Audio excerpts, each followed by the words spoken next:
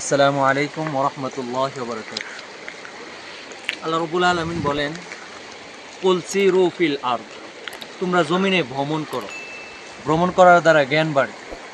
আসলে আমরা ভুটানে আসার একটু আমরা ঘোরাঘুরি করি, আমরা একটু প্রাকৃতিক দৃশ্যগুলো দেখার চেষ্টা করি। এরকমভাবে আজকে আমরা একটা ছোট গ্রাম যার নাম টাঙ্গচেরি, আমার কাছে অত্যন্ত অসাধারণ লাগছে এই জায়গাটা। আপনারা যদি আসলে দেখেন আমাদের যে এখানকার ভিউ, আমার কাছে মনে হয়েছে আমি জাফলংয়ে আছি, আমি সাদা পাথর দেখার জন্য আসছি। এই জায়গাটা আমার কাছে অত্যন্ত ভালো লেগেছে।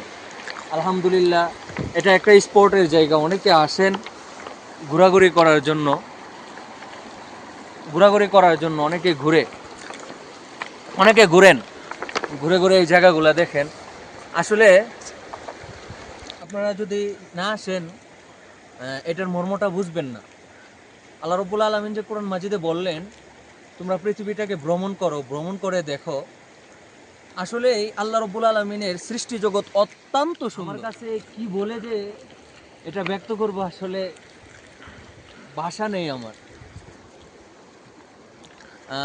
ভুটানে যে সমস্ত জায়গাগুলো আছে, আলহামদুলিল্লাহ এর মধ্য থেকে এটা একটা অত্যন্ত সুন্দর জায়গা। আমি আমার ভাইদেরকে বলবো, যদি আপনারা কোনোদিন আপনারা ভুটানে আসেন তাহলে এই জায়গাটা ভ্রমণ করবেন। আলহামদুলিল্লাহ আপনাদের অনেক ভালো লাগবে। আমরা আসছি, আমার মনের প্রতি ব্যক্তি হলো ইনশাল্লাহ আমি যদি আরও সময় পাই সামনে অবশ্যই